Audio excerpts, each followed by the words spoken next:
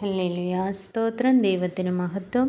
എല്ലാ ദൈവമക്കൾക്കും കർത്താവിൻ്റെ അതിപരിശുദ്ധമായ നാമത്തിൽ എൻ്റെ സ്നേഹവന്ദനം അറിയിക്കുന്നു. ഇന്ന് ഞാൻ വായിക്കാൻ പോകുന്നത് സങ്കീർത്തനം 71.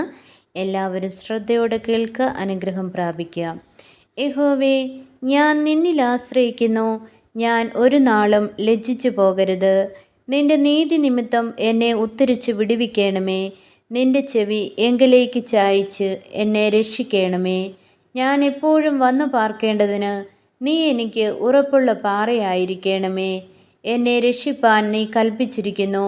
നീ എൻ്റെ പാറയും എൻ്റെ കോട്ടയുമാകുന്നുവല്ലോ. എൻ്റെ ദൈവമേ, ദുഷ്ടൻ്റെ കയ്യിൽ നിന്നും നീതികേടും ക്രൂരതയുമുള്ളവൻ്റെ കയ്യിൽ നിന്നും എന്നെ വിടുവിക്കണമേ. യഹോവയായ കർത്താവേ, നീ എൻ്റെ പ്രത്യാശയാകുന്നു. ബാല്യം മുതൽ നീ എൻ്റെ ആശ്രയം തന്നെ. ഗർഭം മുതൽ നീ എന്നെ താങ്ങിയിരിക്കുന്നു. എൻ്റെ അമ്മയുടെ ഉദരത്തിൽ നിന്ന് എന്നെ എടുത്തവൻ നീ തന്നെ. എൻ്റെ സ്തുതി എപ്പോഴും നിന്നെക്കുറിച്ചാകുന്നു. ആമേൻ. ഞാൻ പലർക്കും ഒരത്ഭുതമായിരിക്കുന്നു. നീ എൻ്റെ ബലമുള്ള സങ്കേതമാകുന്നു. എൻ്റെ വായ് നിൻ്റെ സ്തുതി കൊണ്ടും ഇടവിടാതെ നിൻ്റെ പ്രശംസ കൊണ്ടും നിറഞ്ഞിരിക്കുന്നു.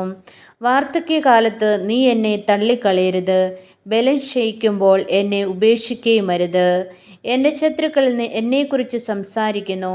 എൻ്റെ പ്രാണഹാനിക്കായി കാത്തിരിക്കുന്നവർ കൂടിയാലോചിക്കുന്നു. ഹല്ലേലൂയ. സ്തോത്രം. ദൈവം അവനെ ഉപേക്ഷിച്ചിരിക്കുന്നു. പിന്തുടർന്ന് പിടിപ്പിൻ, വിടുവിപ്പാൻ ആരുമില്ല എന്ന് അവർ പറയുന്നു. ദൈവമേ, എന്നോടകന്നിരിക്കരുത്. എൻ്റെ ദൈവമേ, എന്നെ സഹായിപ്പാൻ വേഗം വരേണമേ. ആമേൻ. ഹല്ലേലൂയ. സ്തോത്രം. ദൈവത്തിന് മഹത്വം. ആമേൻ, ആമേൻ, ആമേൻ. സ്വർഗീയ പിതാവിന് മഹത്വം. ഹല്ലേലൂയ, ഹല്ലേലൂയ. ആമേൻ.